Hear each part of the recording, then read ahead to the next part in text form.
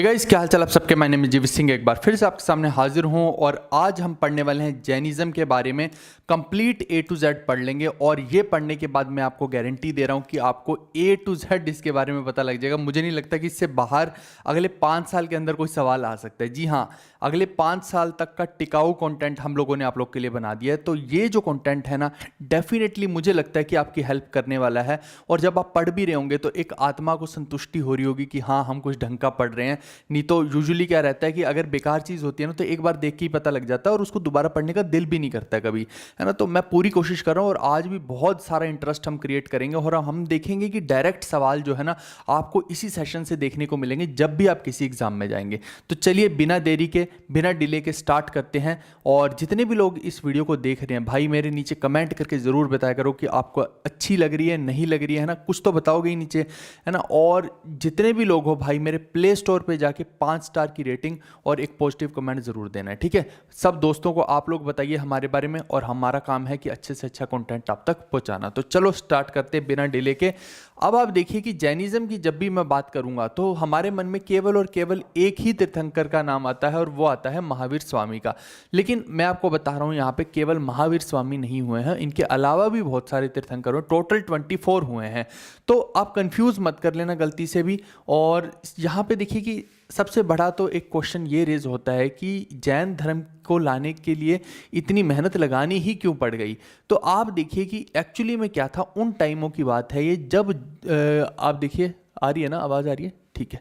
तो उन टाइमों की बात है भाई मेरे कि जब वैदिक धर्म जो है अपनी चरम सीमा पे था और वहाँ पे जो है ब्राह्मण्स ने अपना वर्चस्व मेंटेन कर रखा था और वो ऐसी ऐसी चीज़ें लोगों को करवा रहे थे कि जो एक्सेप्टेबल नहीं थी। और साथ ही साथ देखिए कि वर्ण व्यवस्था का जो दुर्गति उन लोगों ने कर दी थी, तो ब्राह्मण्स ने उसमें क्या कर दिया था, कर्म के आधार पे कर दी थी। जिससे क्या है कि आप देखिए कि जो लो कास्ट के लोग हैं या शूद्र हैं, उनका तो आगे प्रोग्रेशन ही रुक जाएगा, वो तो आगे कुछ कर ही नहीं पाएंगे। आप सोचिए कि सपोज कीजिए कि अगर आज आपको ये बोल दिया जाए कि अगर आपके पापा, सपोज कीजिए, मैं एग्जाम्पल के तौर पर बोल रहा हूँ, है ना, कि अगर मान लीजिए कि आपके पापा अगर कहीं पे गार्ड की नौकरी कर रहे हैं और आपको ये बोल दिया जाए कि तुम भाई जीवन भर गार्ड की ही नौकरी करोगे, तुम मैक्सिमम जो अपने जीवन में बन सकते हो, तुम सीनियर गार्ड बन सकते हो, इससे ज़्यादा कुछ नहीं बन सकते, तो तुम्हें कैसा लगेगा अंदर से?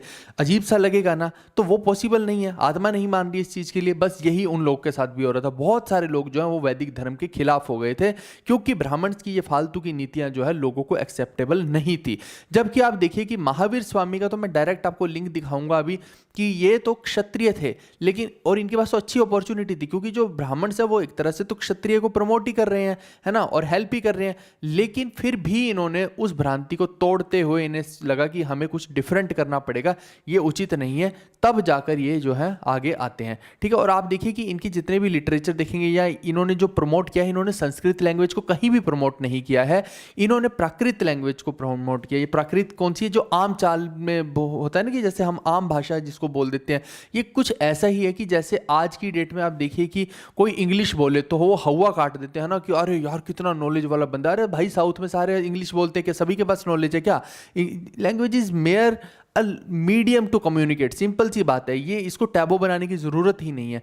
लेकिन वहीं पे आप देखिए कि सेम ही हाल वही था पुराने टाइमों में भी, कि संस्कृत भैया हाई लेवल का बंदा है ना, और जो लो लेवल के बंदे हैं वो आम चाल बोलचाल की भाषा बोलेंगे, तो वो कोई सेंस नहीं बैठती है। वो बहुत ज़्यादा डिवीजन जो सोसाइटी में की गई थी, ये बिल्कुल भी उचित नहीं था, ठीक है। तो ये इसी के जो है दुष्परिणाम भी फिर निकल के आएंगे। और आप देखिए कि जैन धर्म हो जाए, चाहे बुद्ध धर्म हो, चाहे सिख धर्म हो, इनको बनाने की ज़रूरत ही इसलिए पड़ेगी क्योंकि जो वैदिक धर्म है उसने इतना विकृत रूप ले लिया कि उसको सही करना तो पॉसिबल ही नहीं था। और अगर आप सही करने जाएंगे तो ब्राह्मण बैठा है वहाँ पे, वो आपको करने नहीं देगा सही। और आप देखिए कि सती जैसी प्रथाएं तो भैया इतनी दुष्प्रथाएं चला रखी थी।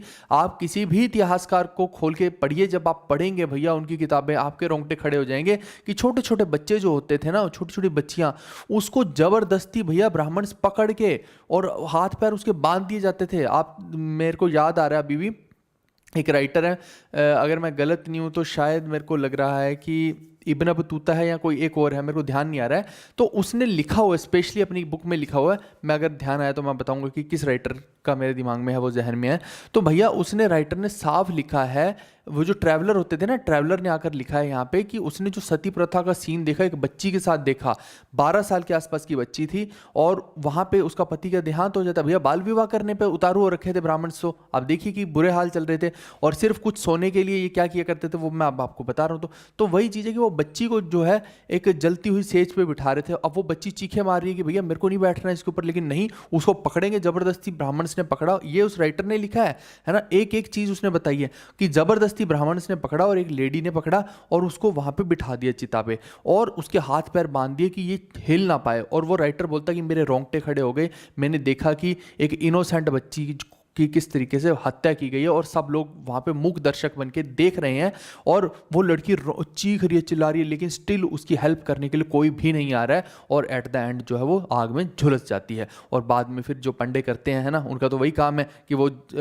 इकट्ठा करेंगे, पुजारी वाले लोग अपना फटाफट से सोना इकट्ठा करेंगे, जो भी करेंगे, और निकल लेंगे। तो ये इतनी ज़्यादा कुप्रथाएं थी कि लोगों का विश्वास उठ चुका था वैदिक धर्म से उस टाइम पे, क्योंकि मिलावटी धर्म जो है ना किसी को भी पसंद नहीं आता, और इस तरह की अजीबोगरीब चीज़ें की जाएंगी तो कभी भी पसंद नहीं आएगा, ठीक है। और पशुओं की बलि तो वो तो एक अलग ही चल रहा था, तो नेक्स्ट लेवल की चीज़ें चल रही थी भाई मेरे, कोई मैच नहीं है इन चीज़ों का। इस वजह से जो है एक नए पंथ की जो है स्थापना हो रही है। आप अगर इनको एग्जैक्टली बोलें तो धर्म ना बोल के एक तरह से पंथ बोल सकते हैं, क्योंकि निकल तो ये वहीं से ही रहे हैं, वैदिक से ही, लेकिन क्या बन रहे हैं, एक पंथ बन रहे हैं, यानी कि एक आगे बाइफर्केशन बन रही है, ठीक है। तो ये मैंने पूरी एक भूमिका बता दी आपको कि क्यों इसकी जो है वैल्यू यहां पे निकल के आती है। सेम ही कारण बुद्ध का है, सेम ही कारण जो है सिख धर्म का है। तो अब मैं जब वहां पे बताऊंगा बुद्ध धर्म में, तो वहां पे इतना कॉन्टेक्स्ट नहीं बताऊंगा। आई होप कि यहीं से आपको चीजें समझ आ गई होंगी। अब आइए शुरू करते हैं इसको। आप देखिए कि सबसे पहले तीर्थंकर जो है, फर्स्ट तीर्थंकर, उनका नाम कई बार पेपर में पूछ लिया जाता है, उनका नाम है ऋषभनाथ। वहीं पे अगर 23rd तीर्थंकर की बात करेंगे तो पार्श्वनाथ है, और फिर 24th उसके बाद मतलब कि बिल्कुल लास्ट तीर्थंकर जो बोलेंगे हम, वो है वर्धमान महावीर। तो महावीरा का जो नाम है वर्धमान है रियल, ये आपको ध्यान रखना है, पेपर में पूछा भी जा चुका है। इसके अलावा इनका जो बर्थ है वो है कुंडल ग्राम में है, जो कि वैशाली के पास है ना, 540 BC के आसपास का इनका जो है वो बर्थ है दोस्त। इसके बाद जो चाइल्डहुड नेम है इनका वो है वर्धमान, ये आपको ध्यान रखना है। और अगर क्लैन पूछ लिया जाए तो कौन सी क्लैन के हैं, जंत्रिका क्षत्रिय क्लैन है। अब आप देखिए साथ में एक और चीज मैं आपको बताता हूं कि जो इनके फादर हैं उनका नाम है सिद्धार्थ, जो कि हेड है जंत्रिका क्लैन के। वहीं पे जो मदर हैं इनके बारे में कुछ खास मैं आपको बताने वाला हूं कि इनका नाम है त्रिशला, और ये क्या है, सिस्टर है लिच्छवी चीफ चेतक की। अब आप समझना कि ये जो लिच्छवी का मतलब है कि नेपाल से जो है ना, नेपाल के राजा की एक तरह से ये जो त्रिशला है ये है सिस्टर यानी कि बहन, और यही जो नेपाल का राजा है ये इसी ड्यूरेशन के आसपास में बिंबिसार की शादी किससे करवा रहा है, अपनी बेटी से करवा रहा है। तो समझना, यानी कि एक तरह से अगर देखा जाए तो ये जो है लेडी, ये मोटे तौर पे आप इसका रिलेशन थोड़ा सा बना के देखिए, थोड़ा दूर से का ही रिलेशन बन रहा है कि ये राजा की जो डॉटर है, ठीक है, बेटी है जो, उसकी शादी हो रही है, दिल सा बना देते हैं ना, उसकी शादी हो रही है बिंबिसार से, ठीक है दोस्त। तो एक तरह से, और त्रिशला का जो बेटा है वो हो गया आपका महावीर स्वामी, ठीक है। तो इसका जो बेटा हो गया और ये बिंबिसार होगा, मतलब थोड़ा सा दूर का रिलेशन बन रहा है ना, कोई आसपास का नहीं है, लेकिन एक तरह से देखा जाए तो रिलेटिव बोल सकते हैं। लेकिन ये कहीं भी मेंशन नहीं है कि बिंबिसार ने जो है जैन धर्म को प्रमोट किया है, ना हमें ये क्लियर है कि उन्होंने बुद्ध धर्म को प्रमोट किया है। हालांकि इन दोनों की हेल्प करते रहे, लेकिन एग्जैक्टली ये कहीं भी मेंशन नहीं है कि किस पर्टिकुलर धर्म को उन्होंने ज्यादा प्रमोट किया। जैसे चंद्रगुप्त मौर्य की बात करते हो तो उन्होंने जैन धर्म को किया है ना, तो ऐसे ही बिंबिसार के बारे में ये चीज जो है परफेक्टली क्लियर नहीं है, ठीक है। तो मैंने एक आपको ये निकाल के बता दी कि बिंबिसार से भी जो है आपका जैन धर्म का पूरा रिलेशन एक बैठ रहा है, यानी कि महावीर स्वामी से एक रिलेशन बैठ रहा है, ठीक है दोस्त। इसके बाद जो इनका एल्डर ब्रदर है उसका नाम है नंदीवर्धन। ये जब भी महावीर स्वामी जब घर छोड़ के जाते हैं तो वो अपने एल्डर ब्रदर से ही परमिशन लेकर जाते हैं, ये आपको ध्यान रखना। और इनकी वाइफ का नाम यशोदा है, ठीक है दोस्त। तो यशोधरा मत कर देना, फिर वो गलत हो जाएगा क्योंकि क्या है कि जो बुद्ध है और महावीर स्वामी है ये दोनों ही ऑलमोस्ट कंटेम्प्रेरी ही हैं, और फिर वहाँ पे कई बार कन्फ्यूजन पैदा होना शुरू हो जाता है, ठीक है। तो आप प्लीज़ दोनों को मिसकंसेप्शन के तौर पे मत देख लीजिएगा, फिर आपको समझ नहीं आएगी चीज़ें, कंफ्यूज मत करिएगा, ठीक है। दोनों ऑलमोस्ट पास पास की चीज़ें और स्टोरी भी लगभग सेम सी है। दोनों ही अपने घरों को छोड़ के जा रहे हैं, दोनों ही क्षत्रिय हैं। और जैसे यहाँ पे आप देखिए कि इनके फादर का नाम सिद्धार्थ है, उधर महात्मा बुद्ध का नाम सिद्धार्थ है, तो थोड़ा सा चीज़ें कंफ्यूज हो जाती हैं कई बार। तो आपको कंफ्यूज नहीं करना है, आपको एकदम सही चीज़ें, एक्यूरेट चीज़ें जो है पता होनी चाहिए, ठीक है। हिंदी वालों के लिए यहाँ पे लिखी रखा है, उनको कोई समस्या आएगी नहीं।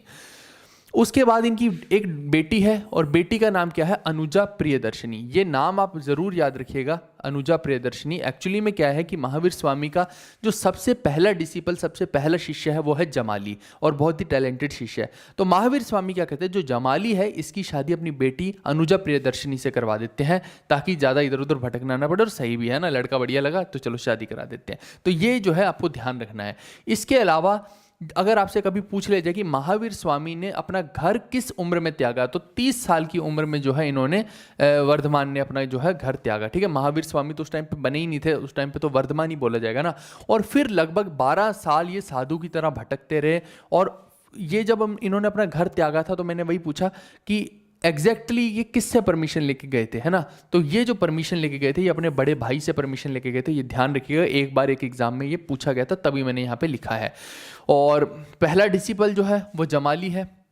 इसके बाद इनका जो ऑस्टेरिटी प्लेस है, जहाँ पे इनको ज्ञान की एक तरह से प्राप्ति हो रही है, वो है जरंभिक ग्राम विलेज, ठीक है दोस्त। तो तपस्या का स्थल कह लीजिए, ज्ञान की प्राप्ति, या फिर ये कहिए कि जहाँ पे इन्होंने बहुत ज़्यादा भगवान की तपस्या की, जैसा भी आप बोलना चाहिए। तो जरंभिक ग्राम विलेज जो है ये इंपॉर्टेंट हो जाता है। इसके बाद जो इनको नॉलेज अटेन होती है, जिसको आप कैवल्य कह सकते हैं ना, जैसे बुद्धा के केस में निर्वाणा बोलते हैं, तो यहाँ पे कैवल्य बोलते हैं, ठीक है, कैवल्य ज्ञान। तो ये जो है इनको 12 साल की एज में, ठीक है, 12 ईयर्स एज तो नहीं कह सकते, एक तरह से 12 ईयर्स के अंदर हुआ है ना, 12 ईयर्स में प्राप्त हुआ, ठीक है। 12 साल लग गए इनको, 12 साल में जो है इनको प्राप्त हुआ। 12 साल, ये देखिए आप यहाँ भी लिखा हुआ है, ये वही 12 साल है कि 12 साल जो है भटके, एक तरह से तपस्या की, और फिर जाके इनको जो है एक ज्ञान जो है प्राप्त होता है। और कहाँ पे प्राप्त होता है, पेपर में ये पूछा जाएगा आपको एग्जैक्टली। तो रिजुपालिका रिवर के किनारे होता है, यानी नदी का नाम आपको ध्यान रखना है। फिर ऐसे ही आपको नदी के साथ साथ वहाँ पे कोई पेड़ है, जैसे बुद्धा के केस में बोधि ट्री है, तो यहाँ पे कौन सा है, तो यहाँ पे साल ट्री है, ये ध्यान रखिएगा। और ये कहाँ है, ये जरंभिक ग्राम विलेज के अंदर ही है, ठीक है दोस्त। और फर्स्ट फॉलोअर तो मैंने बता ही चुका हूँ, जमाली है, और ये फर्स्ट स्टूडेंट है आफ्टर एनलाइटनमेंट। जब आफ्टर एनलाइटनमेंट का मतलब है कि जब इनको ज्ञान की प्राप्ति हो चुकी है, उसके बाद ये जमाली जो है इनका पहला स्टूडेंट बनता है, ये ध्यान रखना है। इसके अलावा ये अपना जो जितना भी टेक्स्ट लिखा करते थे वो नेचुरल लैंग्वेज में लिखा करते थे, जिसको प्राकृत भाषा भी बोलते हैं। ये आपको ध्यान रखनी है चीज़ें कुछ कुछ, नहीं तो फिर क्या है कि आप कंफ्यूज हो जाएंगे।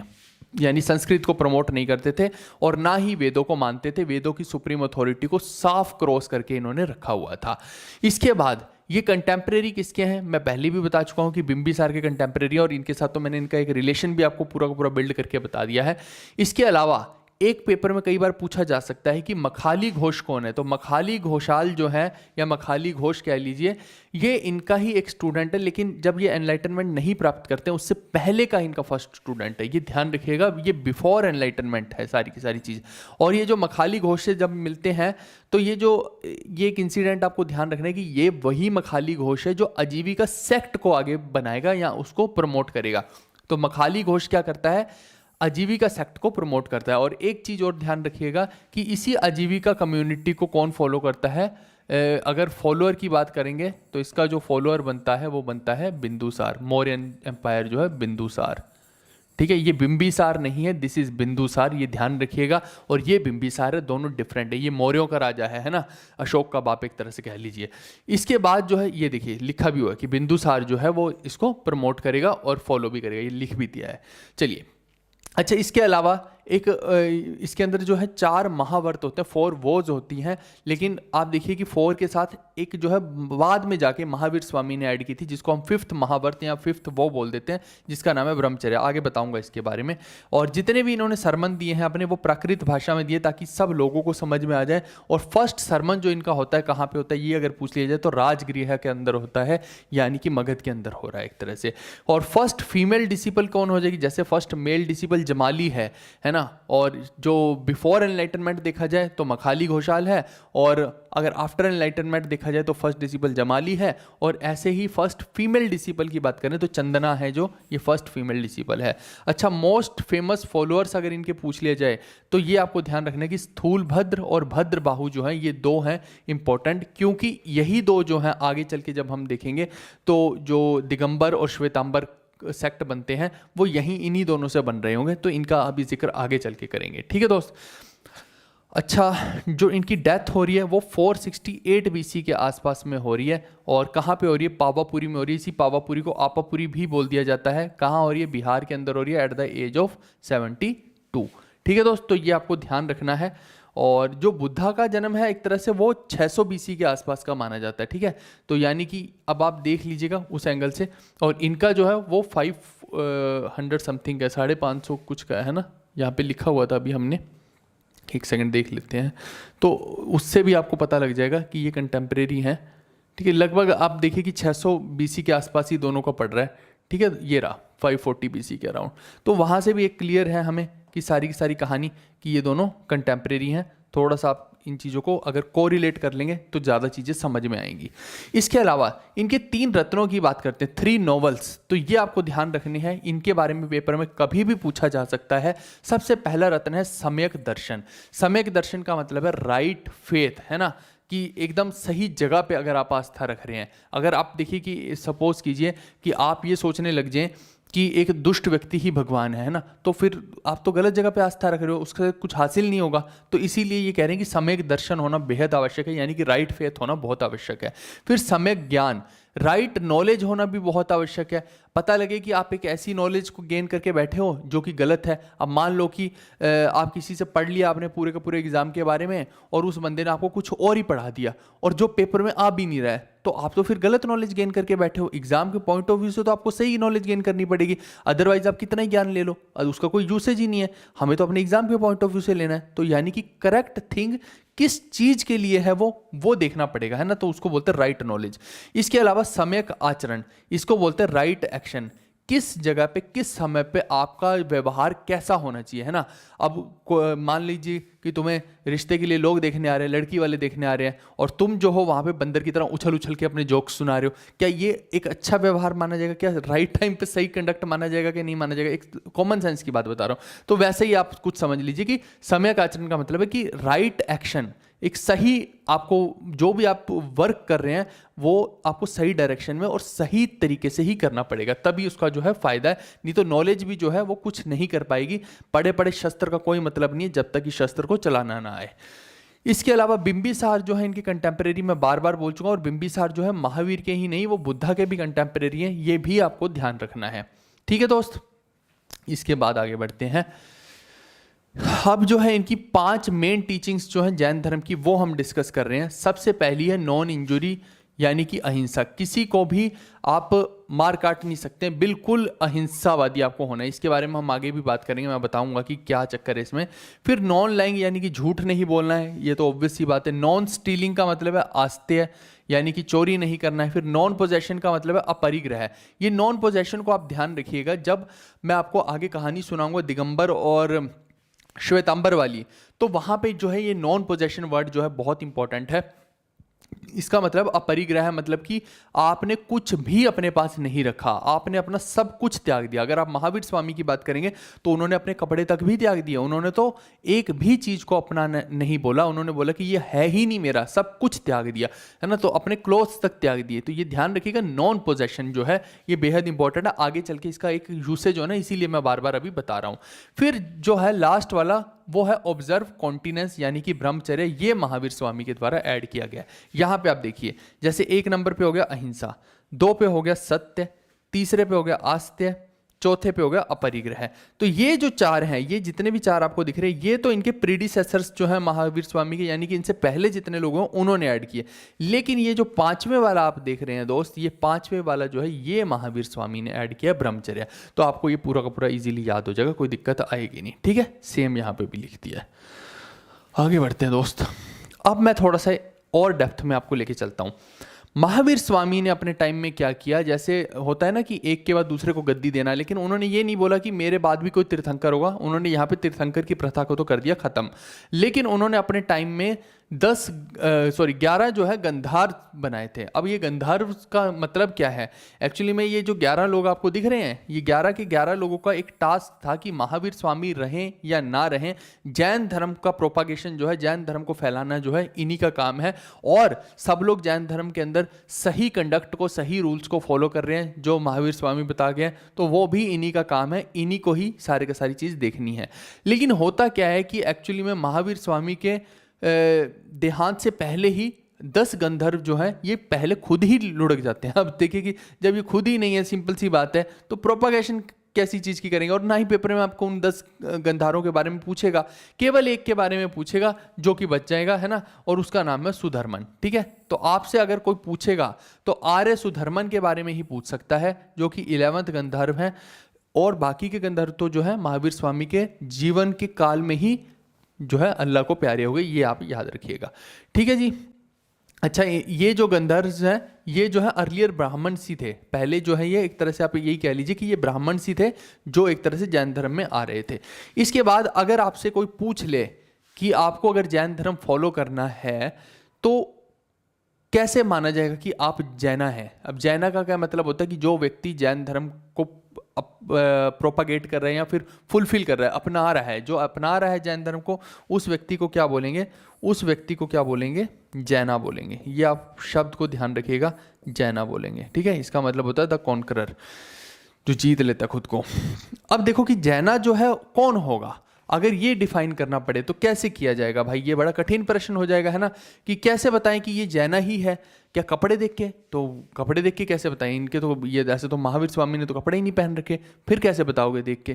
किस चीज़ को देख के बताओगे? ऐसा भी कुछ अलग से नहीं कर रखा है कि देख के बता दिया जाए कि ये जैना है ना। तो उसके लिए इन्होंने देखिए कि 3 क्राइटेरिया बनाए हैं। सबसे पहला तो है कि ये आपसे पूछेंगे कि गॉड्स एग्जिस्टेंस को आप मानते हो कि नहीं, यानी कि एक भगवान के एग्जिस्टेंस को, क्रिएटर के एग्जिस्टेंस को मानते हो या नहीं हो, मानते हो। क्रिएटर तो नहीं, भगवान को ही सीधा सीधा कि भगवान है, इस चीज़ का उत्तर दे दो। अगर आप बोलते हो कि नहीं, भगवान नहीं है, कोई भी ईश्वर नहीं है, अगर आपने ये बोल दिया तो इसका मतलब है कि आप जैना के पहले रूल को फॉलो करने लग गए हो, आप एकदम राइट कैंडिडेट हो। अब सेकंड रूल पे आपको जाना पड़ेगा, है ना, ये गेम है एक तरह से। सेकंड में क्या है कि world has been existing without a creator, यानी कि क्रिएटर वाली जो थ्योरी है जिसमें हम बोलते हैं कि एक क्रिएटर है जो इस दुनिया को क्रिएट करता है और जब दुनिया का टाइम हो जाता है तो उसको नष्ट कर देता है, फिर वापस से क्रिएट कर देता है, फिर नष्ट कर देता है। तो अगर आप ऐसा मानते हो तो आप जैना नहीं हो सकते। लेकिन अगर आप ये मानते हो कि ऐसा कोई क्रिएटर है ही नहीं है, विदाउट ए क्रिएटर, समझना ये बोल रहे हैं कि जो धरती है उसके ऊपर जो जीवन है वो पहले से ही चलता आ रहा है, ऐसा कोई भी व्यक्ति नहीं है जिसने इसको बनाया है, ये बस चलता आ रहा है, ये यही मान रहे हैं, है ना। तो अगर आप ऐसा मानते हैं तो फिर आप अगेन क्या है, एक सही कैंडिडेट है जैना बनने के लिए। फिर तीसरा प्रश्न ये आपसे पूछेंगे कि सोल इन एवरी ऑब्जेक्ट, ये बोलेंगे कि क्या तुम मानते हो कि हर एक वस्तु के अंदर आत्मा है। जैसे कि मैं बोल दूं ये, है ना, ये जो ढक्कन है इसके अंदर आत्मा है। अब पहले तो भैया मेरे रोंगटे खड़े हो जाएंगे, हैं कहाँ है इसके अंदर, कहीं बाहर ना निकला है ना, ऐसी इसके अंदर आत्मा है ना। तो अगर आप ऐसा मानते हैं तो यानी कि हर चीज़ में आत्मा है, तो इसका मतलब है कि आप एकदम सही कैंडिडेट हैं जैना बनने के। तो ये 3 चीज़ जो है आपको फॉलो करनी पड़ेंगी। और यहीं से ये जो है ना एक आत्मा का कंसेप्ट, यहीं से आपको अब मैं लिंक करके बताता हूँ चीज़ कि जो आपने देखा होगा कि ये लहसुन प्याज नहीं खाते हैं, है ना, चिकन वगैरह नहीं खाएंगे, तो ये सब जो कहानियाँ हैं, बहुत सारी सब्जियाँ नहीं खाएंगे, तो आप सोचेंगे कि ऐसा भी क्या हो गया, लहसुन प्याज में बनाया तो भगवान ने, लेकिन खा क्यों नहीं रही है, ऐसा क्या चीज़ हो गया ना। दूसरे लोगों को देखो तड़के लगा लगा के खा रहे हैं, तो इनको भी क्या हो गया, ये भी खा सकते हैं। तो भाई उसके पीछे सबसे बड़ा कारण ये है कि ये डिफाइन करते हैं, ये बोलते हैं कि भैया जैसे कोई चीज़ है, अब उसके अंदर अगर उसकी सोल जो है बहुत एक्टिव है, एक्टिव सोल का मतलब जैसे हम लोग हो गए, कोई एनिमल हो गया, उसकी सोल एक्टिव है तो वो बहुत फास्ट चल रहा है, उसको समझ है ना, तो वो एक्टिव सोल को कभी भी आपको नहीं खाना है। ऐसी सब्जियों के अंदर, फ्रूट्स के अंदर जिनके अंदर जो सोल है बहुत ज़्यादा हाईली एक्टिव है, उनको आपको नहीं खाना है। अगर आप उनको खाएंगे तो ये एक तरह से हत्या मानी जाती है। मैंने क्या बोला, इन लोगों ने जो है एक तरह से जैन धर्म ने ओवर इम्फेसाइज किया है अहिंसा पे, एक तरह से ये कह सकते हैं, है ना। अब देखो कि ये पॉसिबल कभी भी नहीं होता है कि आप जा रहे हैं ना और नीचे चींटियां हैं तो एक आध तो मरेगी, है ना, कितनी को रोकोगे। और चींटी को रोक दोगे तो फिर बैक्टीरिया है, इतने माइक्रो ऑर्गेनिज्म है, दूध को गर्म कर रहे हो वहां पे मार रहे हो। तो ये सब तो एक देखिए कि फिर वही गोल घुमा के बातें आ जाती है कि क्या ये कोई सेंसिबल चीजें हैं भी कि नहीं है। बट ठीक है, जिसका जो मन था उसने अपने हिसाब से सब चीजें बनाई। कुछ यहाँ पे अजीबोगरीब चीजें हैं तो कुछ अच्छी चीजें भी हैं, है ना। लेकिन वहीं पे बुद्धा जो है ऐसी चीजों को बिल्कुल भी प्रमोट नहीं करते, है ना। तो थोड़ा सा डिफरेंस है, वो हम एंड में जाके समझेंगे। तो इस तरीके से आप देखिए कि ये लहसुन प्याज वगैरह में थोड़ी एक्टिव सोल होती है, इसलिए इनको नहीं खाते हैं। वहीं पे एक तरह से ये समझ लीजिए कि कोई जिसके अंदर लो एक्टिव सोल है, जो पहले ही अधमरा है, उसको गोली से उड़ा दो और उसको खा लो, वो वाला फिर भी चल जाएगा, ऐसा समझ लीजिएगा, ठीक है। तो इसके अंदर एक और चीज़ है कि जैन धर्म ने अपने जितने भी फॉलोअर्स हैं उनको एग्रीकल्चर करने से मना किया है। ये ध्यान रखिएगा कि एग्रीकल्चर को इन लोगों ने क्या बोला है, एग्रीकल्चर को बोला है कि इसको प्रोफेशन नहीं अपनाना है, इसको बोला है सिन। आप सोचेंगे कि पाप कैसे हो गया भैया, लाखों लोगों का तो पेट पाल रहे हैं किसान, तो पाप कैसे हो गया। तो मैंने जैसा कि पहले भी आपको बताया, इन्होंने ओवर इम्फेसाइज कर रखा है अहिंसा को। तो ये बोलते हैं कि अगर आप एग्रीकल्चर करोगे जैन धर्म के लोगों, तो फिर क्या होगा कि बहुत सारे कीड़े मकोड़ों को जो धरती में उनको मारोगे तो उसका पाप तुम्हें लगेगा, तुम तो पाप के भागी बन गए, अहिंसा कर दी। तो इस हिसाब से तो मैं कह रहा हूँ कि शेर को तो नरक में जाना चाहिए। शेर चीते जितने भी हैं सब नरक में मिलेंगे भैया, वो तो रोज डेली मार मार के खा रहे हैं आइटम। तो एनीवेज, तो वो एक अलग कंसेप्ट हो गया। बट कहने का मतलब ये है, ठीक है, बीच बीच में मजाक कर लेते हैं ताकि एक लुत्फ उठाओ आप क्लास का। तो कहने का मतलब है कि एग्रीकल्चर को इन्होंने पाप माना है, सिन माना है। और अच्छा, फिर आप सोचेंगे कि अपना पेट पालने के लिए कौन से प्रोफेशन को ये चूज कर सकते हैं। तो जो जैना है, जैना को क्या करना चाहिए, जैना का जो प्रोफेशन है वो होना चाहिए है ट्रेड। तो ट्रेड को जो है इन्होंने एकदम सही माना है। आप सोचेंगे कि क्यों, तो क्योंकि आप देखिए कि कभी भी आप ट्रेड कर रहे हैं तो इसमें किसी की हत्या नहीं हो सकती है, अनलेस और अनटिल कि आप जानबूझ के किसी को मार रहे हैं ना, कि आज मैं तेरे को गोली से उड़ा दूंगा, तूने मेरे पैसे नहीं दिए, दे मेरे पैसे नहीं तो आप देख मैं क्या करता। वो एक अलग कंसेप्ट हो गया, है ना। और ट्रेड में क्या कर सकते हो आप, ज़्यादा से ज़्यादा ये कर सकते हो कि भैया आप किसी का पैसा गबन कर गए, है ना, और आपने नहीं दिया उसको। तो ऐसी चीज़ें अगर करोगे तो वो भी है तो वो भी पाप है। बस यही है कि हत्या नहीं कर रहे हो किसी की, छोटा पाप कर रहे हो, वही वाली कहानी है ना। तो ट्रेड को जो है इसमें कोई हत्या नहीं हो रही, इसलिए प्रमोट किया गया है, ये आपको ध्यान रखना है। आई होप कि ये कंसेप्ट आपको समझ आ गया होगा। बहुत मैंने थोड़ा सा डेप्थ में चीज़ें बता दी हैं, बट ठीक है। अच्छा, यहाँ पे देखो एक चीज़, आप इसके अंदर देखो, इसको हटा देते हैं, थोड़ा सा समझाने में मेरे को इजी रहेगा आपको, ठीक है।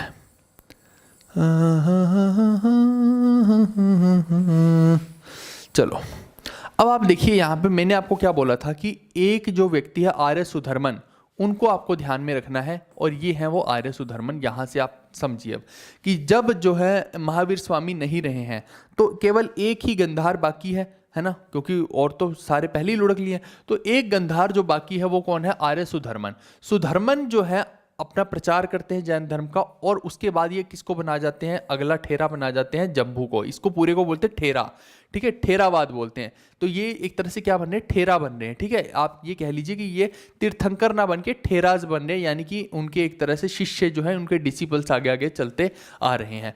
अब यहाँ पे देखिए कि ये बना जाएंगे जम्बू को, और जम्बू फिर आगे किसको बना जाएगा, प्रभाव को। फिर जो प्रभाव है वो आगे स्वयंभव को बना जाएगा, और स्वयंभव जो है आगे संभूति विजय को बना जाएगा।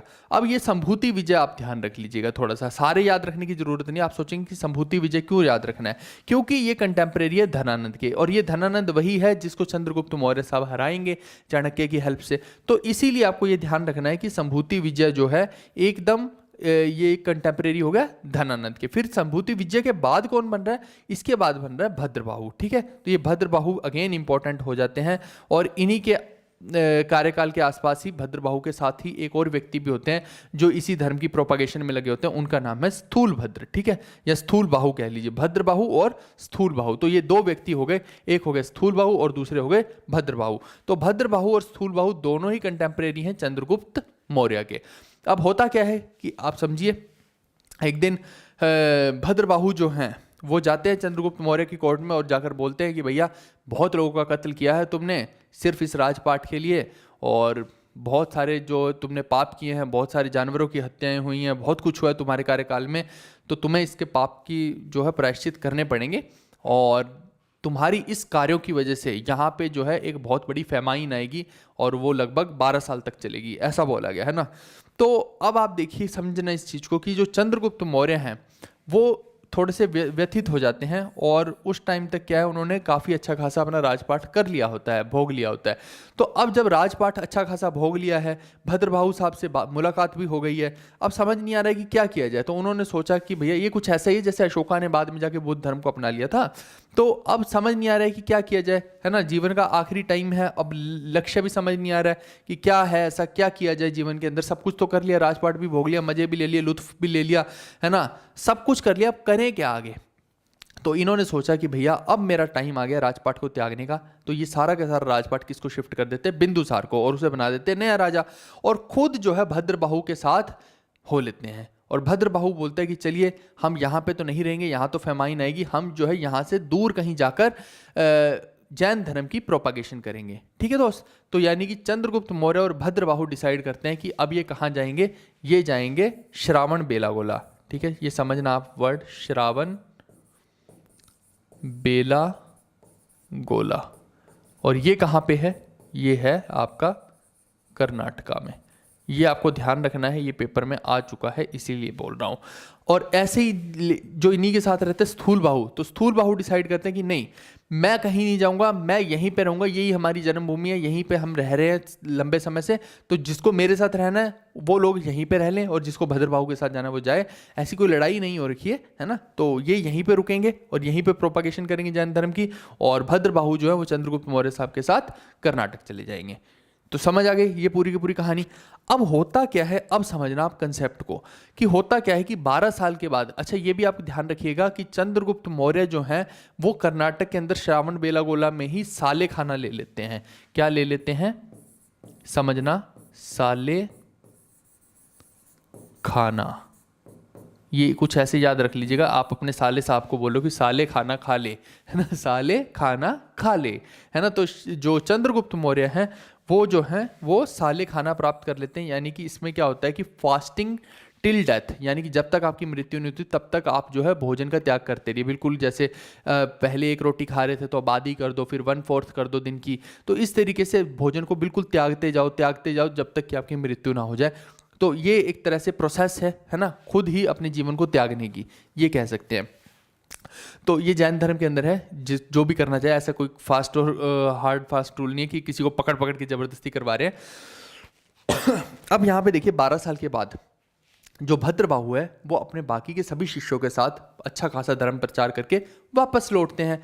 वापस जब लौटते हैं मगध के अंदर, तो यहाँ पे उनका इंतजार कर रहे होते स्थूलबाहु, और बहुत ये तो अपना पूरे बैंड बाजा बारात के साथ है ना खड़े होते हैं कि अरे भैया हमारे दोस्त लोग आ रहे हैं, सब लोग, है ना, तो चलिए इनका पूरा का पूरा अभिनंदन किया जाएगा, अच्छा खासा खाना खिलाया जाएगा।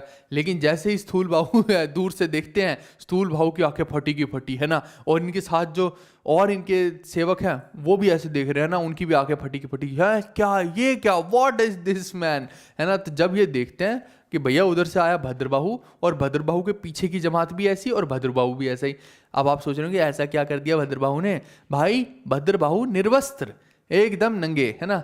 तो अब ये सोच रहे भैया स्थूलबाहु कि ये चक्कर क्या है। तो स्थूलबाहु शुरू हो जाते हैं कि भैया कहाँ से आए हो तुम सब लोग, अपना धर्म त्याग के, है ना, क्या किया है तुमने, ये बताओ सच सच आज मेरे को, है ना। तो ये उनको अच्छा खासा डांट लगाते हैं।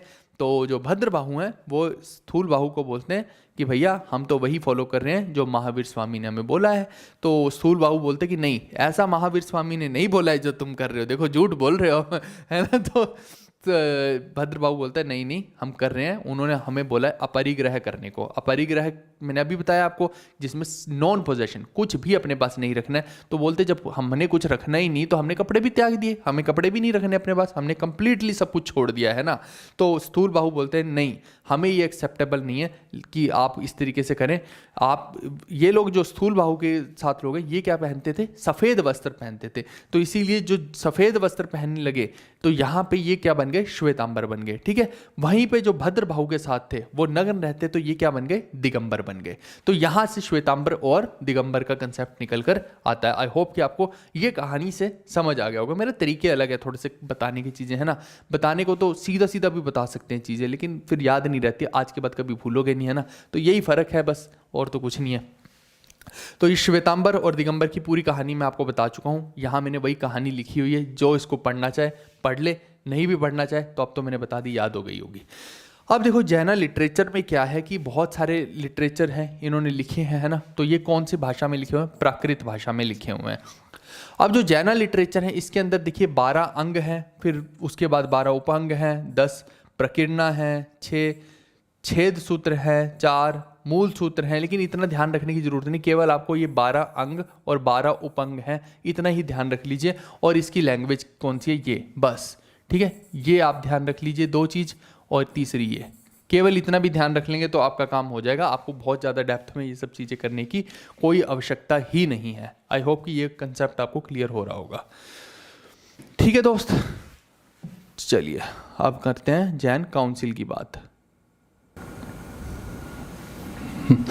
तो आगे देखिए आप लोग कि यहाँ पे अब हम पढ़ने वाले जैना काउंसिल। ठीक है, तो इसको मैंने थोड़ा सा और डिटेल में कर दिया है। हालांकि पिछली बार जब मैंने पढ़ाया था इसको तो मैंने शॉर्ट में पढ़ाया था, लेकिन मैंने देखा कि जैसे यूजीसी नेट हो गया या सीडीएस हो गया तो वहाँ पे क्या है कि थोड़ा डेप्थ में सवाल आ रहे थे इसके अंदर। तो मुझे लगा कि अब जो चीज़ें हैं हमें डेप्थ में ही कवर करनी पड़ेंगी, क्योंकि क्या है कि जैसे जैसे समय की डिमांड होती है वैसे वैसे चीज़ें भी अपने को कवर करनी पड़ती हैं। ठीक है दोस्त, तो आप देखिए कि फर्स्ट जैना काउंसिल जो है, जैसे बुद्धिज्म में क्या है कि 4 मेन काउंसिल रहती हैं, ऐसे यहाँ भी हैं। तो फर्स्ट जो जैना काउंसिल है इसके अंदर अगर कोई पूछ ले कि इसको पेट्रोन किसने किया, ये आप ध्यान रखिएगा कि इसका जो पेट्रोन है ना, यानी कि किस राजा ने करवाई है, तो आप इसमें चंद्रगुप्त मौर्य का नाम लिखिएगा। ठीक है जी, क्योंकि उसी के कार्यकाल के दौरान ये हुई है। और इसके बाद जो है ये जो हुई कहाँ पे, ये पाटलिपुत्रा में हुई है। और अगर ये बोल दिया जाए कि इसके अंदर लीडर कौन था, कौन इसको हेल्ड करवा रहा था, मतलब कि प्रिजाइड कौन कर रहा था, चेयरमैन कौन था, तो आप बोलेंगे स्थूलबाहु था।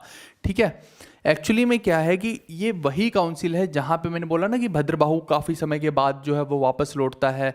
और एक्चुअली में जो फेमाइन आती है ना, तो फेमाइन में इतने बुरे हाल हो जाते हैं कि बहुत सारे ग्रंथ जो हैं ऊपर नीचे हो जाते हैं, और कई तो गुम ही हो जाते हैं। ये समझिए आप, बहुत सारे इनके ग्रंथ जो जैन लिटरेचर। तो अब देखिए कि किसका फर्ज बनता है कि स्थूलबाहु और भद्रबाहु का फर्ज बनता है। तो इसीलिए आप देखिए कि जब ये यहाँ पे मिलते हैं तो यहीं पे 2 सेक्ट में डिवाइड हो जाता है। कुछ ग्रंथों की नॉलेज भद्रबाहु को होती है, कुछ की स्थूलबाहु को। तो जब ये 2 सेक्ट में डिवाइड हो जाते हैं तो भद्रबाहु अपने ग्रंथ कंपाइल करवा देते हैं और स्थूलबाहु अपने करवा देते हैं। ठीक है दोस्त, तो इसके अंदर देखिए आपका जो है कंपाइलेशन होती है 12 अंगों की, और जो पिछले लोस्ट हो गए हैं 14 पूर्वास उनको रिप्लेस कर दिया जाता है। मैंने बोला ना कि कुछ जो है फेमाइन के कारण गुम हो गए थे। इसके बाद सेकंड काउंसिल की बात करते हैं, तो ये बहुत इंपॉर्टेंट है। इसके ऊपर ना सवाल भी आ रखा है, मैं बता दूंगा अभी सवाल भी क्या है। ये एक ही समय में 2 जगह पे हुई थी। पहली हुई थी मथुरा में, जिसको प्रिजाइड कर रहे थे स्कांडिला, और वहीं पे दूसरी जो हुई थी, यही पेपर में भी सवाल आया कि जो वल्लाभी के अंदर हुई थी सेकंड काउंसिल, उसको कौन प्रिजाइड कर रहे थे, तो उसको कर रहे थे नागार्जुना। ये आपको ध्यान रखना है। और ये जो सेकंड काउंसिल है इसी के अंदर क्या किया गया था, कंपाइलेशन की गई थी 12 अंगों की और 12 उप अंगों की। ये ध्यान रखिएगा, यहाँ तो सिर्फ 12 अंगों की बात हो रही है, यहाँ पे 12 अंग और 12 उपअंग जो हैं दोनों की बात हो रही है। ठीक है, इसके बाद रखी गई थी थर्ड काउंसिल। थर्ड काउंसिल जो है ये भी वल्लाभी के अंदर रखी गई थी। वल्लाभी कहाँ पे है, गुजरात में है, और जो मथुरा है वो तो यूपी में ही है। ठीक है, वल्लाभी कहाँ पे है, आज की डेट में देखा जाएगा तो गुजरात पड़ जाएगा। अच्छा, ये जो है किसकी लीडरशिप में रखी गई थी, ये आपको ध्यान रखना है। देव राधा की शर्मा सरमन, ये थोड़ा सा नाम ऐसा ही है आप, ठीक है, थोड़ा सा याद रखिएगा। देवराधि क्षम श्रमण, ठीक है, देवराधि क्षम श्रमण ऐसा ही नाम है ये, पर आपको याद रखना पड़ेगा। इसका भी क्या कॉन्टेक्स्ट था वो भी मैं बता देता हूं आपको कि to reduce the sacred texts, इसको बोलते हैं अगम्स। ठीक है, ये अपने सेक्रेड टेक्स्ट को बोलते हैं अगम्स। ठीक है, तो इसके अंदर थोड़ा सा छटनी करनी थी, उस चक्कर में ये जो है आप कह सकते हैं कि ये थर्ड काउंसिल जो है बुलाई गई थी। तो ये मैंने आपको थोड़ा सा डिटेल में बता दिया, जो डायरेक्ट पेपर के अंदर भी आ रखी है। यूजीसी नेट में तो ये वलाभी के ऊपर क्वेश्चन आ रखा है, लेकिन अब हो सकता है एसएससी में, सीडीएस में अलग अलग जगह से भी आ जाए, तो ये पूरा ही बता दिया है मैंने, ठीक है भाई। इसके बाद कुछ फैक्ट्स आपको जैन धर्म के बारे में याद रखने हैं। जैसे कि आप देखिए कि महावीरा है ना, अब इनका जो टाइटल है एक तरह से महावीरा या अरहत टाइटल है, ये किसका टाइटल है? वर्धमान का ही टाइटल है, ठीक है। वर्धमान उनका रियल नेम है, क्योंकि अब आप देखो कि ओरिजिनल नेम अगर वर्धमान है, ठीक है, ओरिजिनल नेम महावीर का क्या है? वर्धमान है। वहीं पे अगर कोई पूछ ले कि कहाँ पे बर्थ प्लेस या पैदा हुए, तो कुंडग्राम जो है आपका महावीर का बर्थ प्लेस हो जाएगा। फिर वहीं पे अगर इनकी माता का नाम पूछ लेगा तो त्रिशला हो जाएगा, और जो कि क्या है? लिच्छवी चीफ की बहन है एक तरह से। फिर उसके बाद यशोदा जो है वो इनकी वाइफ का नाम है। जमाली जो है इनके सन इन लॉ का, यानी कि इनके जमाई का नाम है। जमाली जमाई है, ठीक है, ये आपको याद रखना है। जमाई के लिए आपको एल हटा देना है, जमाली में से एल हटा दो, जमाली क्या है? जमाई है, बस ऐसे। और क्लैन कौन सी इनकी? जंत्रिका क्लैन है। इनके जो पापा हैं सिद्धार्थ, एक तरह से वो जंत्रिका क्लैन के हेड हैं, तो वहाँ से ही पता लगता है कि क्षत्रिय हैं ये। फिर रिजुपालिका रिवर के ऊपर क्या खास हुआ है? तो वहाँ पे जो है इनको कैवल्य प्राप्त हुआ है, ये आपको ध्यान रखना है। फिर साल ट्री किस लिए खास है? कि जो कैवल्य प्राप्त हुआ है किस पेड़ के नीचे बैठने से हुआ है? तो साल ट्री, ठीक है भाई। इसके बाद जो इनकी डेथ होती है वो पावा में होती है, या फिर आपापुरी भी कह सकते हो, आपापुरी भी कह सकते हो, ठीक है दोस्त। तो ये जो है कुछ कुछ इंपॉर्टेंट फैक्ट्स हैं इनके बारे में, ये आप ध्यान रखिएगा, पेपर में डायरेक्ट सवाल भी आ सकते हैं। अच्छा, अब देखिए कि जैसे सारे के सारे तीर्थंकर्स हैं, 24 तीर्थंकर याद करोगे तो बहुत मुश्किल काम है। मेरे हिसाब से पहले 3 कर लो और आखिरी के 3 कर लो, ये मोर देन सफिशिएंट है, ठीक है। अब बहुत सारे तीर्थंकर है, अब आ भी गया तो छोड़ देना भाई, क्योंकि इतना सारे तीर्थंकर्स को याद करना बिल्कुल समझ वाली चीज़ तो नहीं है, कॉमन सेंस तो नहीं बोलती है, ठीक है। तो मुझे लगता है पहले 3 और आखिरी 3 कर लेने चाहिए। और वैसे भी क्वेश्चन जो मैक्सिमम पूछे जाएंगे, मैक्सिमम टू मैक्सिमम महावीर के बारे में ही पूछे जाएंगे, और किसी के बारे में नहीं पूछे जाएंगे। बट स्टिल मैं आपको एक सेफ साइड के लिए पहले 3 और आखिरी 3 याद करवा रहा हूं। पहले है ऋषभ, ठीक है।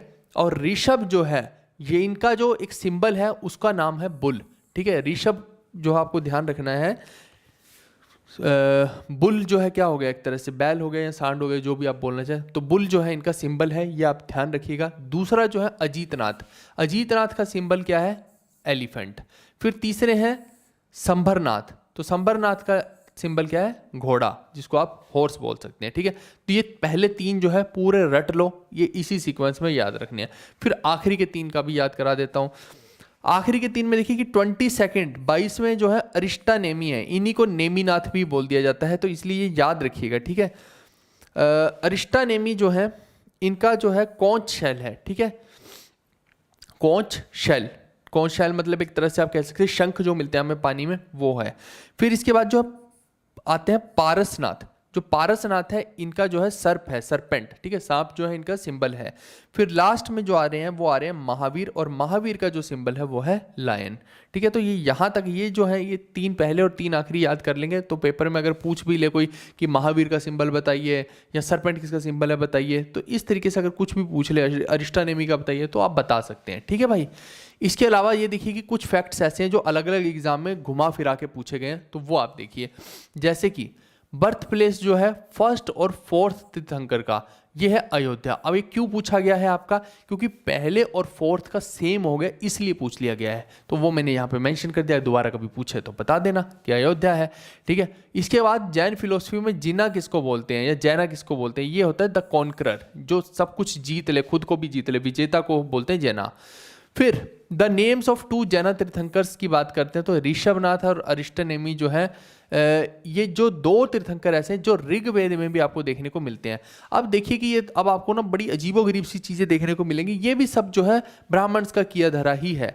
क्योंकि आप देखिए कि अल्टीमेटली जो गंधार भी हैं, तो गंधार भी आगे ब्राह्मण ही हैं, और वो आगे चल के अब वो पता नहीं उन्होंने क्या किया है, या आप देखिए कि फेमाइन्स में मेन ग्रंथ खो चुके हैं, तो आगे चल के जो धर्म है ना कुछ और ही बन जाते हैं यार। पहले स्टार्टिंग में कुछ और थे और अंत में जाते जाते कुछ और ही बन जाएंगे। सेम यही हाल बुद्ध धर्म में भी होगा। तो ये बड़ी एक दुविधा वाली बात है कि जिन लोगों ने शुरू किया, जिन लोगों ने एक इनिशिएटिव लिया, वो इनिशिएटिव थोड़ा सा आगे चल के कुछ और ही चेंज हो जाए, तो फिर कितनी वियर्ड थिंग लगेगी, है ना। अब आप मेरे को खुद सोच के देखो कि ये जरूर ये हो सकता है कि कहीं ना कहीं किसी पंडित या ब्राह्मण ने इसको उन टेक्स्ट में डाला हो। ये कैसे पॉसिबल है भाई मेरे, जबकि आप देखिए कि ऋग्वेद के अंदर ये कैसे पॉसिबल हो सकता है? क्या ऋग्वेद काल के अंदर ये थे भी? ये थे ही नहीं। वो अलग बात है कि ऋग्वेद बाद में ही लिखा गया है, लेटर वैदिक काल में, लेकिन ये लोग थे कब वो भी तो देखिए ना। वो भी तो एक सेंसिबल थिंग है, सोचने वाली चीजें है ना। तो ये थोड़ा सा मेरे को तो सही चीज लगती नहीं है, बट ये बहुत सारी जगहों पे लिखा हुआ है। अब पेपर में आएगा तो क्या करोगे, फिर लिखना पड़ेगा ये चीज, है ना, कोई ऑप्शन भी नहीं है। तो ऋषभ और अरिष्टानेमी का जो जिक्र है वो कहा जा रहा है ऋग्वेद में। अब आगे आगे पढ़ोगे तो और तुम्हारे रोंगटे से खड़े हो जाएंगे। ये बोलते हैं कि विष्णु पुराण और भगवत पुराण जो है वो डिस्क्राइब करता है ऋषभ के बारे में कि ये है इनकारनेशन ऑफ नारायण। बताओ भाई, ये मतलब क्या चल रहा है मतलब कुछ नहीं पता। आप मेरे को बताओ कि ऋग्वेद में पहली बात तो भगवान श्री विष्णु के बारे में कोई जिक्र ही नहीं है, ठीक है जी, और शिव के बारे में भी जिक्र नहीं है, रुद्र के बारे में जरूर जिक्र है। और वहीं पे फिर आगे चल के पुराणों की कथाओं में जितनी कथाएं हैं, है ना, जो मन बहलाने वाली कहानियां हैं, वो पंडित जो ठूस सकता था उसने ठूस दिया आपका मन बहलाने के लिए, ठीक है। अब उसमें से रियल कितनी है और कौन सी चीज ऐसी है जो कि अननेसेसरी, वो आपको देखना पड़ेगा, है ना। वो एक रीडर ही डिसाइड कर पाएगा, और वो भी बहुत अच्छी अंडरस्टैंडिंग वाला रीडर, है ना।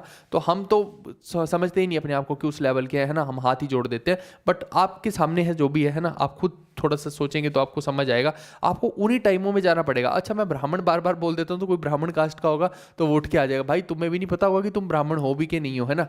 मैंने जैसा कि बोला कि ये तो बाद में सब चेंज किया गया है। और इवन तो आप देखिए कि हो सकता है कि आपके जो पूर्वज के भी पूर्वज हैं वो कुछ और ही काम करते हो, है ना, क्या पता वो क्षत्रिय हो, यू नेवर नो।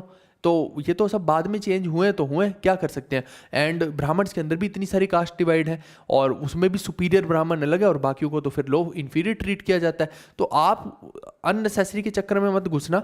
आपको जितनी बात मैं बता रहा हूँ, अगर आपको दुख हो रहा है तो आप उसको ब्राह्मण को पुजारी समझ लीजिए फिर, ठीक है। यही हो सकता है। अब जो रियलिटी है वो तो बोलनी पड़ेगी भाई। जिस भी ग्रंथ में लिखोगे, एनसीईआरटी में पढ़ोगे तो वहाँ भी वही लिखा मिलेगा ब्राह्मण, तो फिर क्या करोगे, है ना। फिर क्या उसके साथ लड़ने झगड़ने जाओगे, है ना, या उससे नाराज हो जाओगे? नहीं होगे ना, सिंपल सी बात है। तो यहाँ भी मत होना भाई, रिक्वेस्ट है ना। चलिए छोड़िए इस चीज़ों को, आगे बढ़ते हैं।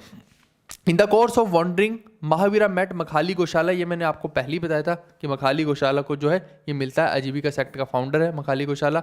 और आजीविका सेक्ट को बिंदुसार ने फॉलो किया था, ये हमें पता है। और जो जैन धर्म है इसको चंद्रगुप्त मौर्य ने भी फॉलो किया था, लेकिन अशोक ने कौन सा किया था? अशोक ने बुद्ध धर्म को फॉलो किया था। और वहीं पे अशोक का जो ग्रैंडसन है जिसका नाम है संप्राति, इसने जो है वापस से जैनिज्म को ही प्रमोट किया और उसी को फॉलो किया था, ठीक है भाई। अब आप देखिए, in the first century AD Mathura became the centre of Jaina art and culture, ठीक है भाई। तो जो जैनों का आर्ट और कल्चर का जो सेंटर है वो मथुरा बन रहा है, और वो बनना भी चाहिए क्योंकि मथुरा और वल्लभी दो इंपॉर्टेंट सेंटर हैं इनके, है ना। वल्लभी में भी देखिए कि इनकी काउंसिल हो रही है, तो वहाँ से भी हमें समझ आना चाहिए। उसके बाद अगर कर्नाटका में कोई बोले कि एट्रीब्यूट किसको किया जाता है, तो चंद्रगुप्त मौर्य को जो है एट्रीब्यूट किया जाता है कि इन्होंने ही पूरा का पूरा फैलाया है जैन धर्म।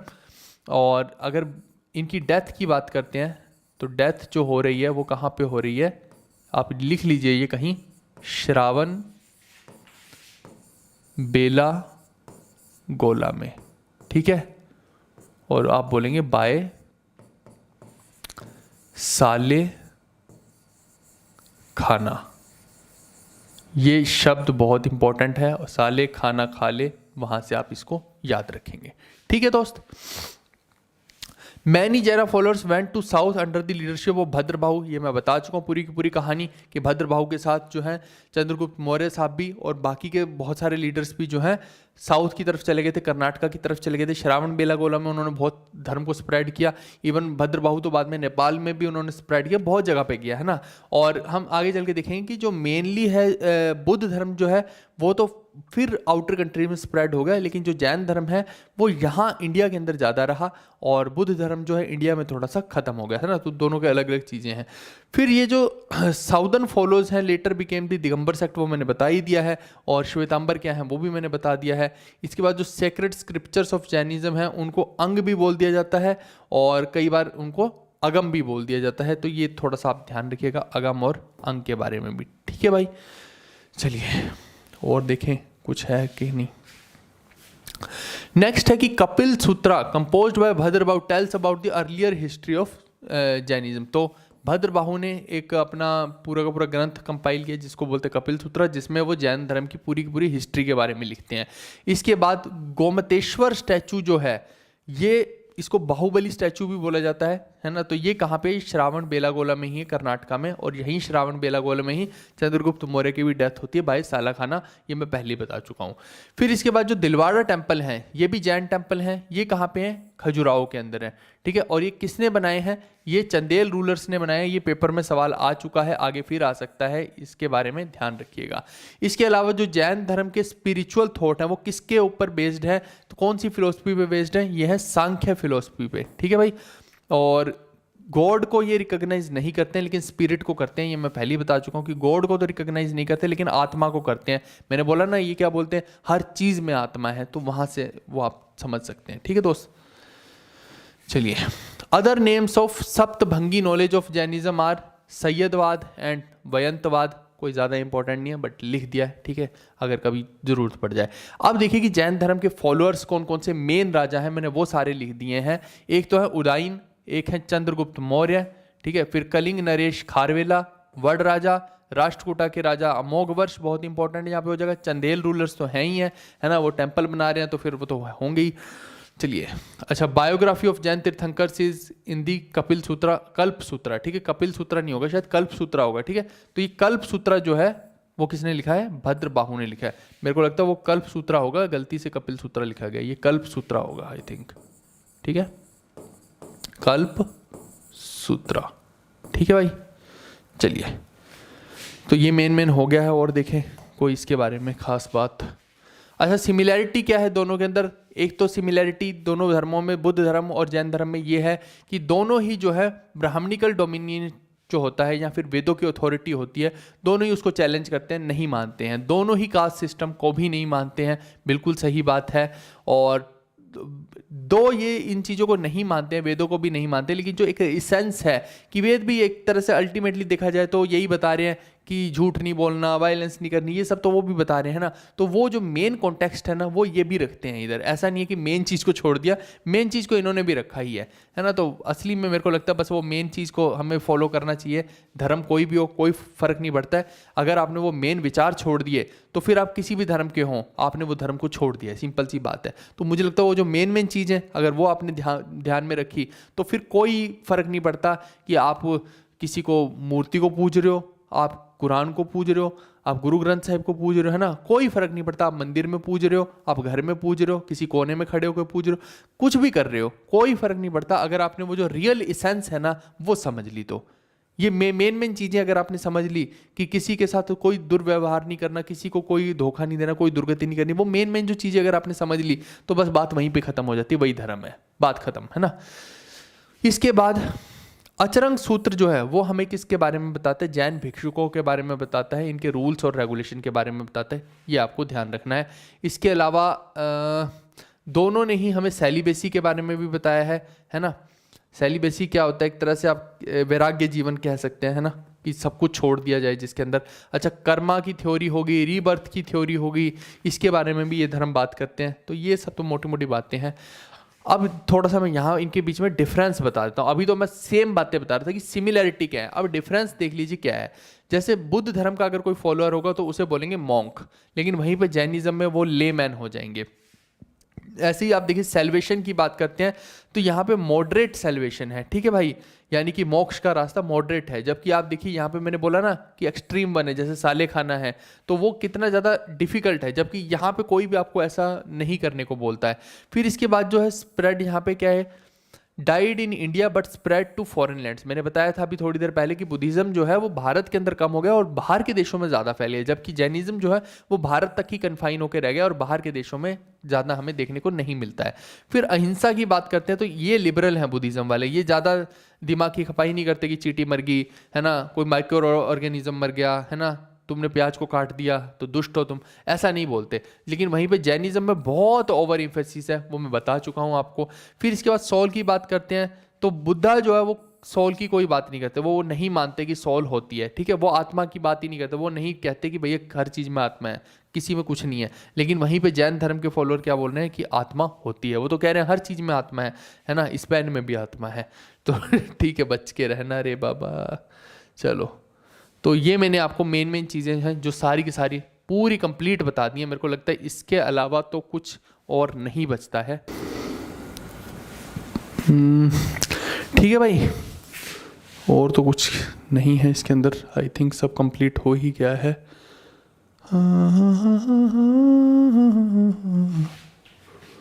ठीक है, ये भी हो गया, ये भी हो गया है। और देख लें कुछ, ये हिंदी में भी, हिंदी वाले भी ठीक कर लेना भाई इसको, ठीक है। ये कपिल सूत्र ना लिख के इसको कल्प सूत्र लिख लेना, ठीक है। हिंदी वाले भी भाई इसको सही कर लेंगे। और किस राजा के कार्यकाल में हुए? ध्रुव सेना राजा के कार्यकाल में, ठीक है। इन रेन ऑफ ध्रुव सेना। और लगभग 150 साल के बाद जो है, महावीर स्वामी की डेथ के 150 साल के बाद ये लिखा गया। तो कुल मिला के यही मुझे लगता है सारी की सारी चीज़ें हैं। इसके अलावा मुझे नहीं लगता कि इससे बाहर कोई भी सवाल बनता है। आप देखिए, आपको खुद कॉन्फिडेंस आ रहा होगा भाई, इससे ऊपर क्या होगा। This is the best thing ever. कोई नहीं इतना बता सकता, और ना ही कोई इतने ब्यूटीफुल तरीके से, इतनी सारी कहानियों से, इतनी चीज़ों को जोड़ जोड़ के कंटेम्प्रेरी तरीके से कि अच्छा वो इसके कंटेम्प्रेरी है, वो यहाँ है, वो यहाँ है। तो जितना मैक्सिमम हो सकता है यही हो सकता है मुझे लगता है। अब इससे ज़्यादा कोई मेरे को नहीं लगता कि किसी भी टीचर ने बता रखा है, और ना ही किसी ने इतने ढंग से कायदे से चीज़ों को करवाया है। मैं पूरी जान लगा देता हूँ हर चीज़ को करवाने में, इसमें भी लगाइए। आई होप कि आपको अच्छा लगा होगा भाई। अगर अच्छा लग रहा है तो इतनी रिक्वेस्ट है आपसे हाथ जोड़ के कि प्लीज़ प्ले स्टोर पे जाइए और वहाँ पे एक पॉजिटिव कमेंट और अपना जो 5 स्टार रेटिंग है वो ज़रूर दीजिए। ये आपसे रिक्वेस्ट है। और ये जितने भी लेक्चर आप देख रहे हैं, ये स्पेशल लेक्चर्स हैं, इनको आप बिल्कुल भी ऐसे ट्रीट मत करना कि मेरे को सिलेबस ख़त्म करने के हिसाब से देखने, क्योंकि अगर मैं सिलेबस खत्म करने के हिसाब से सोचूंगा चीज़ों को तो फिर मैं घास काटना शुरू कर सकता हूं। अब उसके लिए मैंने आप लोगों को VOD 1 भी इसके अंदर साथ में कंपाइल करके दे रखा है, ताकि कोई बच्चे को फटाफट से पढ़ना तो वो VOD 1 देखे। मेरे को यहाँ पे फुल फ्रीडम चाहिए है, मैं बंद कर नहीं पढ़ा सकता कि मेरे को आज ही 10 लेक्चर डालने, ये पॉसिबल नहीं है। और मैं बिल्कुल भी इस बंदिश में नहीं बनाऊंगा कोई भी लेक्चर, क्योंकि मुझे क्वालिटी को मेंटेन करके चलना है, और ऐसी क्वालिटी बनाई जाएगी कि अगले 5 साल तक उस सेशन को पूरे को हिला ना पाए। एक बार जिस बच्चे ने ये कोर्स कर लिया तो मुझे नहीं लगता कि आगे किसी और कोर्स को हाथ भी डालने की जरूरत पड़ेगी, ठीक है। तो ये एक डिफरेंट चीज़ है, इसके लिए आपने पे किया है इतना, तो एक वैल्यू तो मुझे क्रिएट करके आपको देनी है, और अच्छी वैल्यू क्रिएट करनी पड़ती है भाई, ऐसे नहीं होता। ये आप देखिए, ये चीज़ें क्या इतनी आसान है? नहीं है आसान। तो हर चीज़ को क्रिएट करना पड़ता है, उतना आसान बनाना पड़ता है, तब जाके वो चीज़ जो है मैं यहाँ पे दे रहा हूँ। एक एक शब्द भी बोल रहा हूँ तो बहुत सोचना पड़ता है कि क्या चीज़ आपको बताऊँ कि आपको चीज़ें अच्छे से याद हो जाए, ठीक है। बस बाकी आप हर दोस्त तक हमारे बारे में ज़रूर हमारी वीडियोस को शेयर किया करो, ताकि उनको भी समझ आए कि भैया कोई है यहाँ पे जो बेस्ट कंटेंट आपको देने की कोशिश कर रहा है। हम मिलते हैं नेक्स्ट वीडियो में। Bye bye, take care, see you, love you all.